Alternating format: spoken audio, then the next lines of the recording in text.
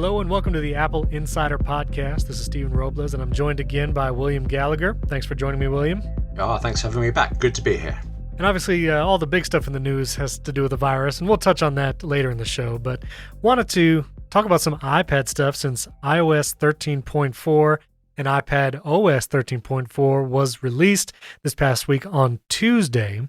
And well, first question for you, William. Did you impulse buy a new iPad when those became available last week? I came within a pixel of doing it. I was very, very tempted.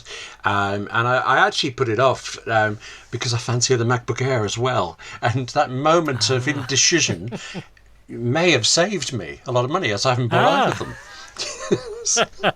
Well, that's good. Well, as I told Andrew last week, I had bought one and then canceled my order because I was really starting to look deeper into it. And some of the rumors that came out even this week was that a mini LED iPad might come later this year. So that very iPad Pro that just came out might be replaced by a mini LED screen technology version. Oh, and then I also saw the benchmarks.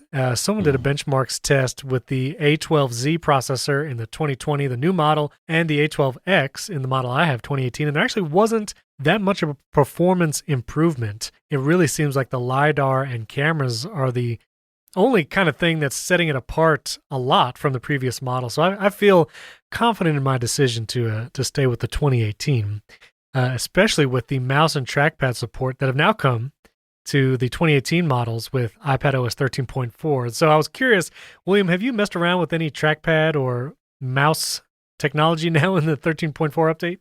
Not 13.4. I tried it when the accessibility thing came out and it isn't for me. I like typing. I like my iPad. I never think to use a trackpad with it. I think they've done it marvelously, and maybe over time I'll change my mind. But for now, I just think, well, that's very nice. I'm not interested. But if you're sticking with the 2018, what do you think about if people went to, say, the Apple Refurb store now and bought a 2018 model instead of the new 2020? Do you think that'd be sensible?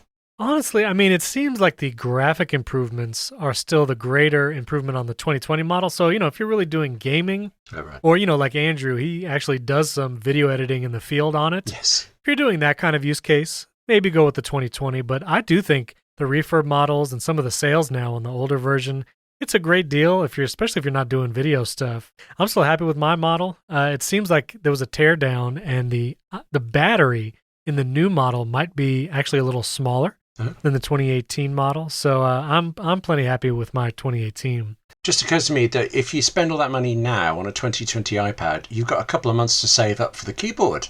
That's why they've done it this way. Yes.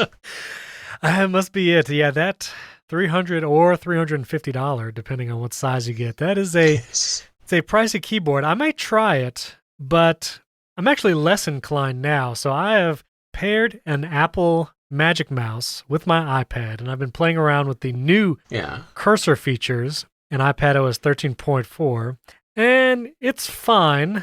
It's fine. I find it still pretty finicky. If all you have is a mouse, even things like going home, you have to put the mouse in the bottom of the screen to click the bar there at the bottom, and pulling up the dock when you're in an app with a mouse. It's this weird combination of, if I just drag the mouse to the edge of the iPad, I can invoke the dock while still in an app. Sometimes it works, sometimes it's a little weird. But to go home, I actually have to click that bar. And the mouse does that snap to grid thing, as Apple demonstrated, Craig Vittorighi, in that video, and we did too. But it'll kind of snap to certain buttons, not like a hard snap. But if you put your mouse near like icons or to click an app, it'll kind of snap to that, although it doesn't snap to things like the reply arrow in a mail message. So a little inconsistency there. Not my cup of tea, as you said. I don't think I would want to navigate everything on an iPad with a mouse. So that $300 Magic Keyboard with trackpad, I'm not sure if it will be tempting as much as I thought it might be. Is it tempting you at all? More than you, but that's because I think you have just spoken to the reasons why mice should be banished forever. Trackpad's a rule, kind of thing. So, is it a Magic Mouse you've got? Is it a mouse that has like a trackpad on it that you could have wiggled your finger. Why am I wiggling my fingers at you as I try to explain this? I'm Right. sorry. You kind of you do it naturally. But you can, with a Magic Mouse, you can still do some swiping gestures, like a scrolling, going back and forth between certain apps with two fingers. Maybe a Magic Trackpad, you can do those multi-finger gestures like the 3 fingers to go home and stuff. So that's probably more useful. I don't know. It still feels like iPad really wants you to use your finger to tap things and to swipe around with fingers. So we'll see. We'll see once that Magic Keyboard comes out how people gravitate towards it or not. Previously not liked Apple's smart keyboards. I don't like the feel of them. This looks dramatically better. Enough so that I could see it being worth the money. It's an astounding. It is a third of the cost of the iPad as well. So, I mean, I think keyboards are worth it, but that does seem to be pushing it a little bit. But yes, I carry around an external keyboard. I have a couple of them, a very, very small one, a nice full-size thing. I'm used to carrying a bag with a lot of stuff in it. And would this actually make the iPad... Right now, my iPad feels very light and handy. With a keyboard wrapped around it, will it become more like having a MacBook? And actually, do I want that? It's very complicated, isn't it? Why do they do this to us? I would be curious how high you can then kind of float the iPad with that new Magic Keyboard case, because that is one thing where using the current Folio Smart Keyboard, the iPad's always very low to the table. It would be more comfortable higher up, field of vision kind of thing. So maybe that would be useful enough, and the keyboard would be nice enough that it might justify it. We'll see. We'll have to play around with it when it comes out. Well, some of the other rumors that came out with future iPads and software shared enterprise iPads, and this might not be of interest to everyone, but I work at a job where we actually have many iPads in Jamf, which is a mobile device management platform, and it kind of uses Apple's MDM back end, but it will give people the ability to actually have multiple users for enterprise on an iPad. And just wanted to say that so people know it's coming, and you might find it useful. So this way you can actually have one iPad, and if it's in an enterprise setting, multiple people can have their iCloud account, their managed iCloud and Apple ID, and you can have multiple users on an iPad. And I would actually love for that to come even to the personal side outside of enterprise, because we have one iPad and I have multiple children that kind of use it. And that whole user function with game saved states and all that, that would be very useful. So I'm hoping as they make the iPad more like a computer, that multiple user feature will come even to individuals. They did add that to Apple TV, didn't they? And I realised this because neither I nor my wife are actually that bothered about it. We just carry on using the same thing, and I get all her YouTube recommendations. She gets all of mine. It's something to talk about. The user account feature on the Apple TV now is a little janky, I would say. All right. It'll switch between YouTube accounts, and if you have Hulu or Netflix, it might remember which account was using which one. I don't find it as useful, I think, as maybe Apple wanted it to be. All right. But there was another rumor that a new Apple TV hardware is coming, but that also a feature might come that would have a tvOS Kids mode. And this is something that interests me because Apple TV is kind of where we watch pretty much everything. Disney Plus or Netflix, the kids watch shows through there. And it's a little... not frustrating, but when you open the Apple TV and if it shows some of the movie posters just for rentals that are coming out, there can be kind of scary or horror movies or just kind of graphic movie poster things. Yeah. And it would be great if the kids could kind of go to a mode that's just for them, that really just has their content, and you can limit access to, those R-rated PG-13 movies and all that kind of stuff. So I'm actually looking forward to that kids mode. That sounds excellent. Yes, I like that. But you mentioned it. We do the same here. We watch practically everything through our Apple TV. But you didn't mention that you actually watch Apple TV Plus through it. You mentioned other things. Are you an Apple TV Plus devotee? I did. I enjoyed For All Mankind. We watched that entire show. And we tried a couple of the other shows, but I was not drawn into them. I've yet to get into Amazing Stories. Was kind of interest, but I couldn't tell if it would be good for my age kids. So to watch it together, so I think I'd kind of have to preview it. So I've not to jump back into that Apple TV Plus content so much. But Are you? Is there something that's of interest to you there? No, and I don't know why. I mean, I'm still waiting for Little Voice. I like Little America. I find everything I watch, I think it's really well done, and I like it, but I am not compelled back in the way I am with, The Good Place on Netflix or Star Trek Picard Right. on Amazon Prime. I don't know what it is. I am not pulled in yet, and it's not like the shows are bad. Did you watch For All Mankind? I haven't seen all of it, but what I've seen, I like, and I intend to see the end of it. So But it's not a have to go back right now kind of show. no, isn't that strange? It's funny you mentioned The Good Place because I actually just started binge watching that on Netflix, and that's been our show of choice in the evenings. It's a great show. Absolutely brilliant, and I've got to shut up because I've seen the ending. Oh yeah, no spoilers, no spoilers. I'm just at the end of season 1. So, Oh, you have such great things to come.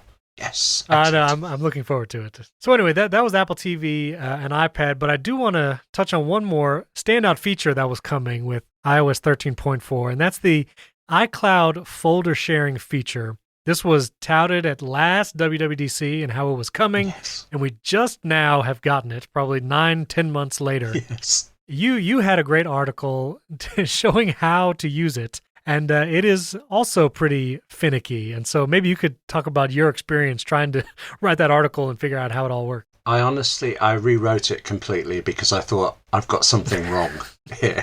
I started again, and I found no, I haven't. I shouldn't have been surprised because last year, sometime I wrote one about how just to share a single file, and it was peculiar the steps you had to go through and the sequence. And actually, it turns out that it's pretty much the same sequence. I think at the heart of a problem for me is that Apple uses the standard share extension. Right. And when you open share extension, you have some shortcuts at the top, and there's people you contact and all this. There's a set order, and that's fine. It's usually very good. But in this case, the order is the wrong way around. If I wanted to share a folder with you, obviously I need to know your email address or some way of contacting you, but then I have to decide whether or not you need to be able to alter the file, whether you can just read it or not. And the way they've rigged this, the first thing you pick is how you contact somebody. Right. The second is who they are, and the third is what they can see or not. So it is actually incredibly easy to give somebody full access or whatever your default is before you realize. And then things like the option of I could, instead of sending it specifically and only to you, I could create a link, just like Dropbox does, and give that link to anybody I need. To create that link, you actually have to have added somebody first, even if it's yourself.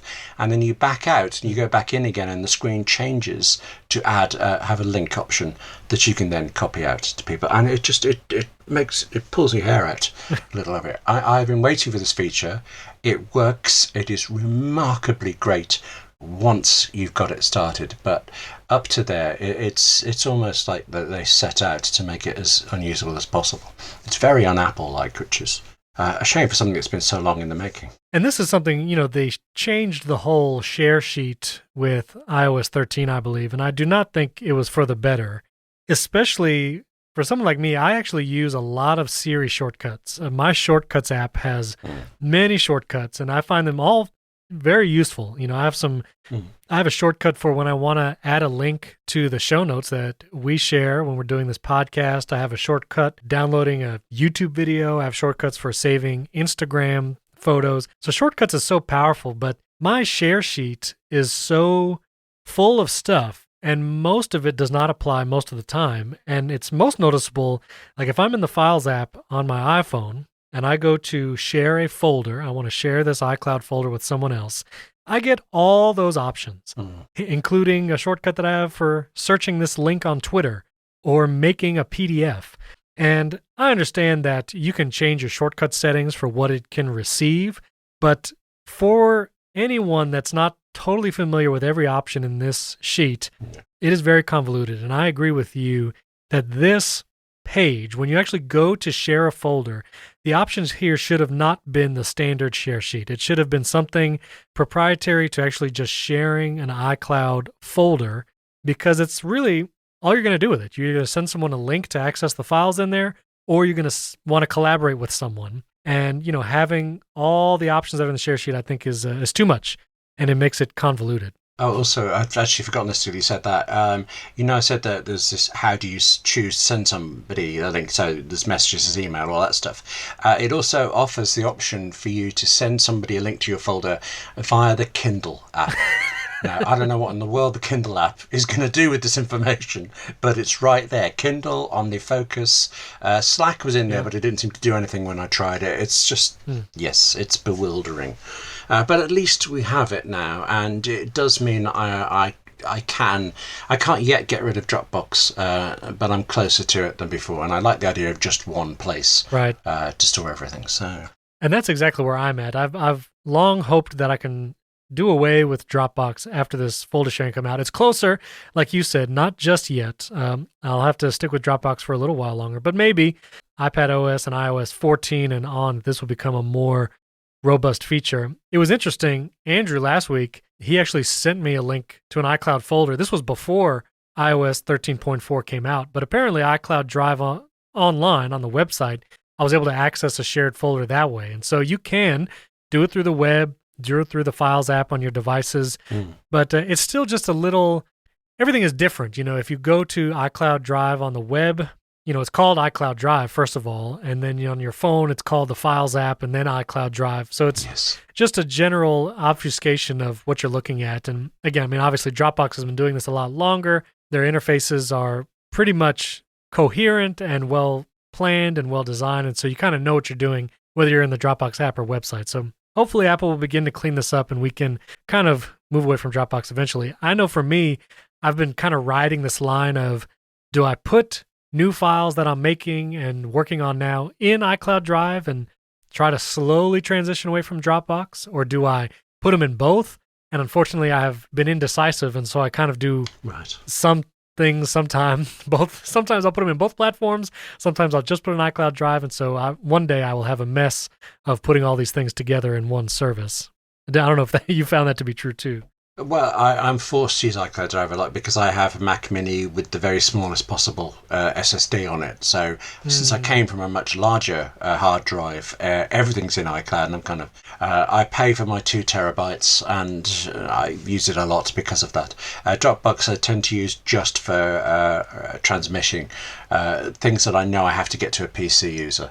But actually, I have a lot of clients. So I do a lot of young writing workshops, and there's lots of childcare admin and stuff that has to be on their servers. So I know if it's to do with young writers, it's in Dropbox. If it's anything else, it's probably in iCloud Drive. But yeah, there are ones where I still have to remember where things are, or I have to look for them. And Apple famously with iOS wanted you to forget all of that and only think about what you work, as if the files would be magically there. And they've given up on that. I'm never going to get there. Yes. We'll see. Yeah, we'll see how they improve it with future iOS. I'm glad the feature's there. Try it. It does work. It works if you can figure out how to do it and get all your settings the way you want it to. So let us know. I'd love to hear your experience, listeners, if you've been using it or you're trying to do some real business work with iCloud folder sharing and how that's working across Macs and devices. Let us know. We'll be curious your experience with it. This show is brought to you by ExpressVPN. If you don't know, using a VPN on your mobile device or your Mac can help protect your privacy and security as you browse the web, especially when you're on a public Wi-Fi network, maybe at an airport or in a coffee shop. I use ExpressVPN on my iPhone, iPad, and my Mac, and I love using it everywhere. It's super easy to use. But not only does it protect your privacy and security as you browse the web, but you can actually use ExpressVPN to unlock movies and shows that are only available in other countries. Many of us are stuck at home and we have a lot more time, probably binge watching some stuff on Netflix. And if you've watched all the things that you care to see on the Netflix where you are, you can use ExpressVPN to tune into the content that's available on Netflix, even in other countries. You can watch Star Trek Discovery on Netflix UK, or check out Brooklyn Nine-Nine in Netflix Canada. ExpressVPN allows you to do just that. ExpressVPN hides your IP address and lets you control where you want sites to think you're located, whether that's the UK or Canada, so you can watch Netflix content from those countries. And it's not just Netflix. ExpressVPN works with any streaming service like Hulu, BBC iPlayer, YouTube, you name it. There are hundreds of VPN services out there, but the reason I use ExpressVPN is to watch shows and HD content ridiculously fast, and it protects my privacy and security. So if you visit our special link right now, which is expressvpn.com/AppleInsider, you actually get an extra 3 months of ExpressVPN for free. Support the show, watch what you want, and protect yourself, your security and privacy online with ExpressVPN. Go to expressvpn.com/AppleInsider for those extra 3 months free of ExpressVPN. That's expressvpn.com/AppleInsider. So one other quick rumor, you actually posted this, I believe it was earlier today, about Face ID coming to the Mac. Oh, yes. And this was something that it's been a long time coming. You know, obviously it's now on the phone. In 2018, they brought it to the iPad Pro. The question there has kind of been, how will they do it on Mac and when will it come? And so there's been some patents and some drawings that you reported on today about it, including a notch in the screen, Yes. much like the notch on the iPhone. And I find that a little bizarre. I would be glad when this comes, but not so sure I want a notch on my iMac or MacBook. No, the significance of today's patent is it's the first one that explicitly talks about. They still don't say MacBooks. They still don't say Face ID. It's light recognition module for authentication and laptops. But every drawing bar one is of a MacBook for it. So we know it's going for this. Apple's previously said it's coming to more devices, so we do know. But buried in the It's typical Apple patent in that it covers every conceivable possibility that could ever be associated, just so they can claim against anybody in the future. And although all of the drawings do show a notch, the description talks about the controls that they may be above the display, maybe abutting the display. They needn't necessarily be under it and requiring a notch like this. But every drawing has a notch, highly emphasized. Also, every drawing bar one, the one other drawing, it's not even explicitly mentioned in the patent, but there's an iMac in there. And it's weirdly, Apple reuses illustrations a lot. So it looks to me like somebody grabbed a very old drawing of an iMac and drew the notch in. Right. For it. Yeah, it doesn't look anything like a modern iMac. Yeah. Now, the curious, one, I would love to have this come, especially to the laptops and iMac. My curiosity will be how or if they would be able to bring Face ID to the Mac Pro and the Mac Mini. You know, there was some thought when Touch ID for the MacBook came out with the Touch Bar, maybe Apple would release a wireless keyboard or a Magic Keyboard with a Touch Bar and or Touch ID. And so I'd be curious with the Mac Pro and Mac Mini, would they or could they do Face ID in like the Pro Display XDR? Or possibly a lower end display if they ever come out with that. Could they do that? And also, how would that work, as it would have to either transmit over Thunderbolt 3, some other method to the secure chip in the computer to actually unlock the device. I mean, obviously with Apple Watch now, you can unlock your Macs wirelessly if your Apple Watch is in range. Oh, that's true. So they do kind of do a wireless security that way, but I would be curious, if Face ID was housed in a display, how that would work. I don't know. Is this something you're looking forward to? Very much so. Every time I have to tap in my password to get into my Mac, I think about Face ID. I had previously thought that, until you said that about the watch and how it unlocks, and I do use that a wireless keyboard couldn't use this because there's got to be a security problem of the signal between the keyboard and the Mac, but they have it with the watch, so it is solvable. I had thought before then that maybe they would just put Touch ID actually in a keyboard, have a secure enclave within a keyboard, so all it has to do is signal yes. I don't like the idea of a $6,000 Pro Display XDR with a notch. No. But I also can't see them doing a webcam that's just for it either. So yeah, it makes more sense in the iMac where the current FaceTime camera is in the black bezel and you can put a Face ID sensor in there and not do a notch. Yeah. But curious, I mean, the Pro Display XDR doesn't even have a Face ID, or it doesn't have a FaceTime camera. You have to buy a webcam yes. with your $6,000 Mac Pro and $6,000 Pro Display XDR if you want FaceTime camera. Odd coincidence, though, isn't it, that the very cheapest Mac and the very most expensive Mac are the two that don't have a camera with them. I don't know what the significance is, but That's true. But I'd be curious how and when that will come, and we'll look forward to it, especially on the laptops. I feel like that makes a lot of sense.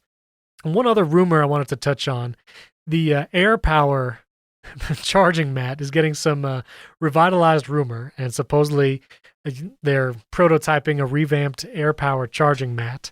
And, when this was first announced, I was very excited about it. I have the AirPods and the Apple Watch and the phone, and, to charge it all in one mat. And when the whole debacle finally came to a close, and I also tried other wireless Qi chargers, I think I'm, at least for the moment, over it, unless this new AirPower charging mat is just incredible. So, I don't know. How do you feel about AirPower, wireless charging, and all that? betrayed, really, to be fair. I had Right. no interest in wireless charging. I figured, people go on about it, but I thought I plug my phone in at night, I wake up, it's charged. What difference does it make to me whether it took a couple of hours less because it was wired or not? It's there when I need it. But then I was given one for my desk, and it is so useful to just, it's right there now in front of me. My iPhone is propped up on an Anker key charger, and I know when I'm done, I pick up the phone, I walk out, and the battery is full. And the fact that I often run out to go to events and things, writer stuff, knowing I don't have to think about the battery is tremendous. So I am now a fan, and I became a fan because Apple was talking about AirPower, and I became aware of it, and then they didn't give it to me, and I had to find alternatives, and now it's a slap in the face, so they might bring it back, and I'll end up buying another one. And I will try the AirPower Mat if it comes out from Apple. I do think Qi charger on a desk, especially where you work, there is some usefulness there, especially if you get the angled version and you can kind of see the phone screen while it's charging. That's pretty cool. I had one at my bedside for a while and was charging my phone overnight that way, but I got a little squirrely with heat and just the idea of it charging wirelessly every night, sitting on there for 6 to 8 hours. And there's supposedly it doesn't affect the battery life overall, but I just couldn't get past the idea like maybe it's doing something. I didn't have good evidence, but I was just like, I'm going to plug it in overnight. I'm not going to do the wireless. Well, clearly you should just sleep less. There you go. Sorted. That's it. Settled. Actually, this did, when you said the bedside thing, that reminds me, I have quite an old three-way bed charger. It's iPad, iPhone, and Apple Watch together. Very nice thing. A company called N-Blue, I think, that may not exist anymore, but I really like it. But it's all lightning, and it did occur to me that if I had gone for the new iPad, that's a USB-C charger, I wouldn't be able to use the same stand for it. I'll have to find somewhere else, and the side of the bed is quite a small little cabinet, so less useful. USB-C, even though it has all these advantages. Which a side note, I'll ask you, but I am actually looking forward to the day, if it ever comes, that the iPhone goes USB-C, because my Mac and iPad can both charge with the USB-C cable that I have by my bedside, but the iPhone is the one thing I still have to have those lightning cables. And now I have a bunch of USB-C to lightning cables because I have that. So I don't know about you, but I'm looking forward to one day the iPhone going USB-C. I think so. I used to not because I have loads of lightning cables, but I remember thinking I used to have an incredible number of the old 30-pin cables as well. And who knows where they went? They must be here somewhere, but they're all gone and everything's replaced. I think it's because I keep buying new iPhones and I get a free lightning cable with them. That's the answer. So buy a new iPad, get a free cable. Right. And it'll also be, because they still have the Magic Keyboard and Magic Mouse is also lightning, and the AirPods. Oh, true. So we might be somewhat far out, but especially for dongle usage, I have a bunch of dongles and hubs that I use with my iPad and my MacBook Pro, and it would be nice to only have to have one SD card dongle or HDMI dongle and not have to also have these lightning dongles lying around. So we'll see. Maybe one day. This show is sponsored by Mint Mobile. Network coverage is better than ever, no matter your wireless provider. So why pay more for the same service? That's where Mint Mobile comes in. Mint Mobile can cut your bill down to just $15 a month for the same premium coverage. Mint Mobile is so easy. When you sign up, they send you a SIM card, and you can pop it right in your iPhone or the mobile device you already have and start using Mint Mobile right away. Mint Mobile doesn't have expensive retail stores and overhead, and that's how they're able to lower their price so they can pass on that savings to you. It's easy to cut your wireless bill down to just $15 a month. Every plan comes with unlimited nationwide talk and text, plus super fast LTE. You can use your own phone with a Mint Mobile plan and even keep your same phone number or get a new one. And if you're not 100% satisfied, Mint Mobile has you covered with their 7-day money-back guarantee. To get your new wireless plan for just $15 a month and get the plan shipped to your door for free, go to mintmobile.com/AppleInsider. That's mintmobile.com/AppleInsider. Cut your wireless bill to $15 a month at mintmobile.com/AppleInsider. So we had an article go up on Apple Insider about how to stream live from your Mac. And with everything that's been going on with coronavirus and people staying at home, being able to live stream for businesses has become very important. And, I've seen yoga studios and people who were doing workout classes, Yes. many businesses trying to pivot to this, how do I stream live my classes or teaching or my business and all that kind of stuff. And so we had some suggestions, and I wanted to mention one more that wasn't in the article. I'll link to it in show notes. But in the article, we mentioned Wirecast, which is a great piece of software. And you can use multiple video input devices, and you can actually load still images and video to stream live. And you can connect RTMP servers, and you can do Facebook and YouTube, all that. So Wirecast is great. It does cost. You can buy a single license. I think it's a couple $100. There's OBS, which is the open broadcasting software. And let me ask you, William, have you ever tried to use OBS yourself? Until that article, I'd never even heard of it. I found that really useful, actually, because there's so many arts organisations I know that are looking to do this. I was able to pass it on, but no, it was completely new to me. I take it you have? Yeah, I have. So OBS is actually free, and that's hence the open broadcasting thing. But I find it extremely finicky, and it's not very user-friendly, and also not super reliable, but it's free. So if you can get it to work with whatever devices you're using, you can try that. But here's my 2 big recommendations for live streaming and live production.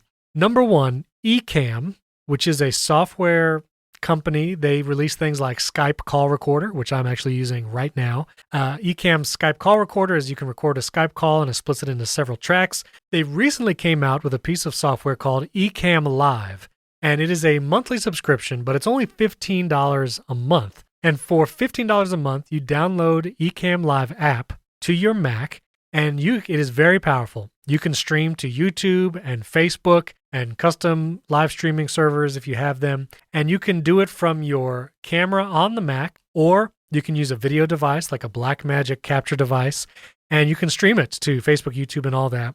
For $15 a month, it is extremely useful. You can also send your screen. If you want to send your Mac screen, if you're doing like a tutorial style thing, or you're trying to teach some Mac software, you can send your screen and stream that live. And so it is extremely useful. It's a great value. Ecamm Live, there'll be a link to that in show notes. Again, $15 a month for that.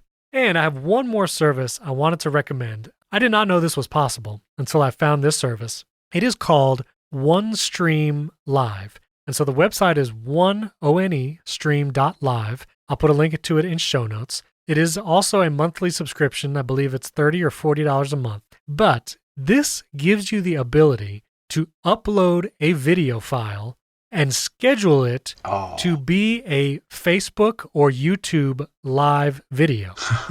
Now, this is incredibly useful. And so my company, we've actually been doing a lot of recorded content that we want to deliver, but we want it to appear as a Facebook Live because the engagement on those live videos are great and they stay on Facebook for people to view after the fact. But to do it live is sometimes a pain in the neck. And so with OneStream.live, you can pre-produce a video.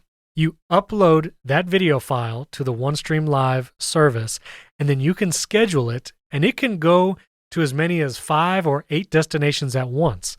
And we actually did this yesterday.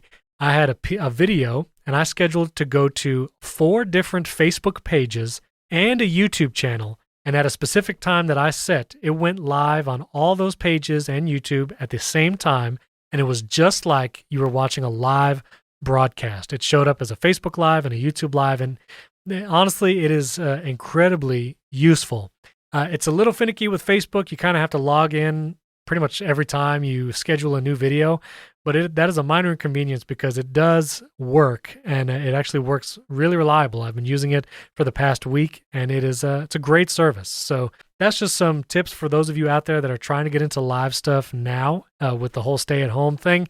Ecamm Live, check that out, and OneStream.live, really useful. I'm actually signing up to OneStream right now as you were talking about that. I'm sold. Okay, thank you very much. Yeah, it's an incredible service. And you know what? I will mention 2 other websites, Restream.io and Switchboard.live. And so this is more for if you are actually doing a live broadcast and you got cameras and all that, and you want to send it to multiple platforms, but you don't want to deal with, if you use Wirecast, you can actually tell Wirecast to stream to Facebook, stream to these different places, but it can be finicky sometimes and not great at doing multiple destinations. So Restream.io and Switchboard.live are services where you can just use one Mac. You only have to make it encode one video stream, and these services will then push it out to all these different platforms simultaneously. And so if you have multiple Facebook pages or a YouTube page and you want to put it on Twitter and you want to do a RTMP destination somewhere else, these services will actually let you stream once and send to all these places. So you don't have to worry about logging into all these different pages and reconnecting them all to your live stream software. And they integrate with Ecamm Live. So if you have Ecamm Live on your Mac and you just want to press one button to one destination, your computer's not having to encode 4 different video streams, these services, Switchboard and Restream, are very useful. So as this new stay-at-home environment is here and will probably be changing how a lot of businesses run, I would recommend you check out those services. They're great services. It's funny, there's this giant group I work with where I've always known that certain things like this would help them, but just none of them were interested, none of them were engaged at all. And since the lockdown, the number of people I've shown just how to use Skype, the interest, and they find it so easy, instantly easy, that it's now changing their mind about all this stuff and they want to do it more.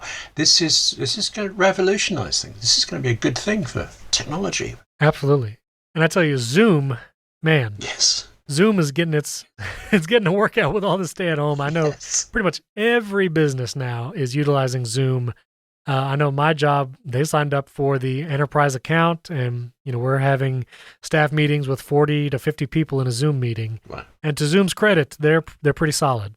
I've been doing it with one person at a time. It feels feeble compared to yours, but it worked very well. But it's great to do. You can do both, and you can share your screen in a meeting and send images if you need to and share all that.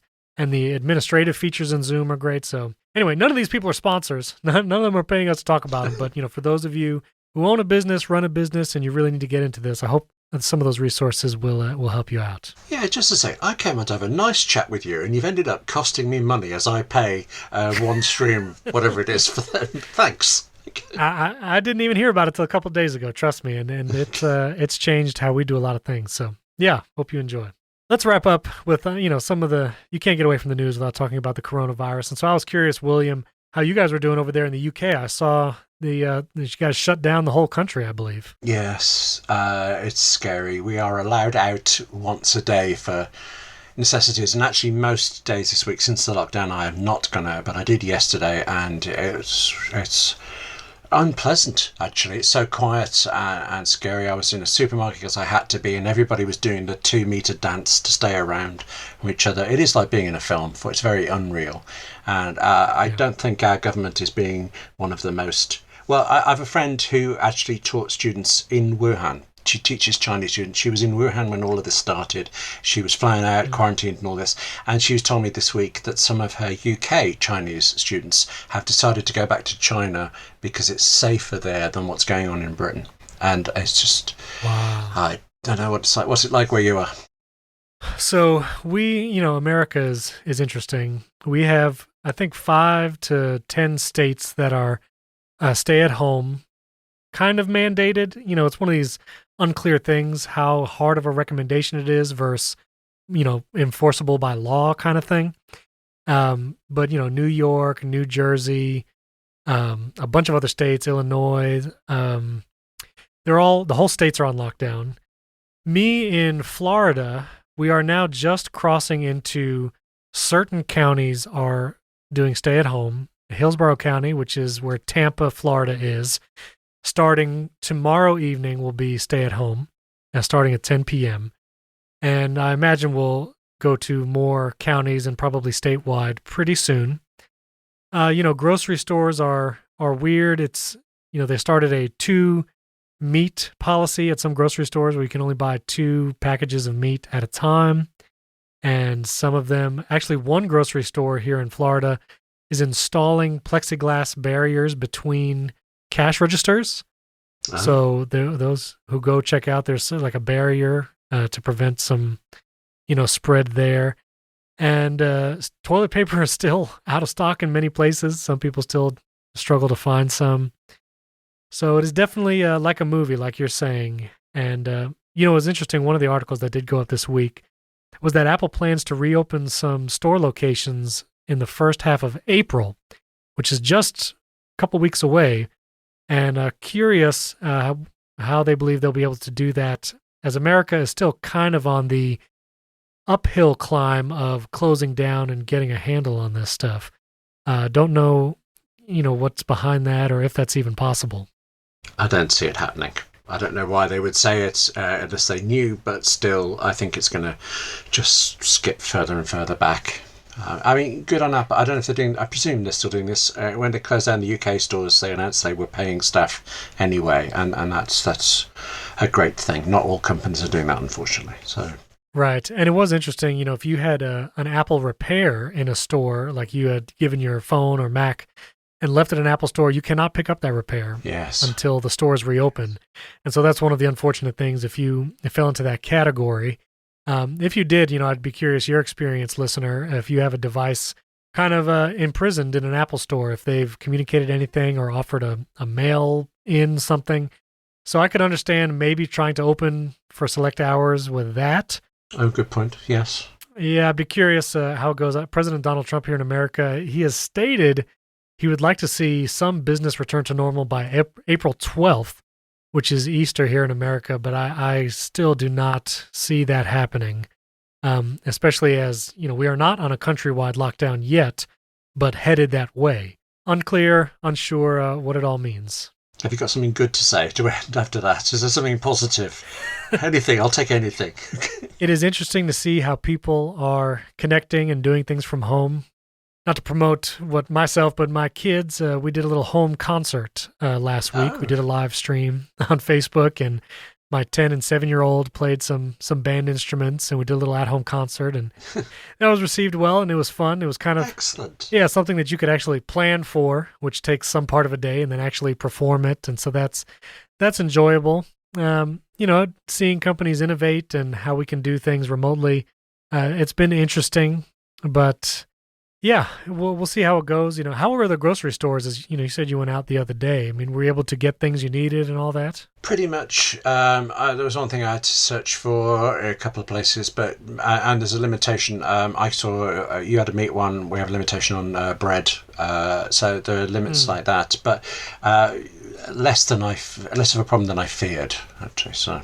Be safe, stay home if you can. Do not run the risk. We had some spring breakers here in Florida. Yeah. Still gathering in groups of hundreds on the beaches, and that's unfortunate. We don't want to be foolish in our actions. So be safe. Follow the local government guidelines, social distancing, all that. And, let us know in your comments, or you can email us. All those links are in show notes, but let us know what you're doing at home. If you've taken up any projects, if you've taken up a master class, it's a sponsor of this show sometimes, and you can learn something there. We actually have an article on some free things to do at home with your Apple devices and your iPhones. So that link will also be in show notes. Free apps and things to do at home during the pandemic. So things you can learn. iTunes U, if you've never checked out iTunes U, there's a great resource. Lots of videos. You can take university classes on there. And so, take some of those, learn something, learn a language. There's lots of things you can do during this time.